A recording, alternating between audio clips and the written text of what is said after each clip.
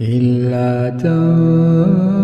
تنصروه فقد نصره الله إذ أخرجه الذين كفروا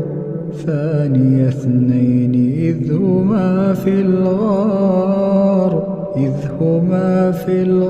إذ يقول لصاحبه لا تحزن إن الله معنا لا تحزن إن الله معنا لا تحزن إن الله معنا فأنزل الله سكينته عليه وأيده بجنود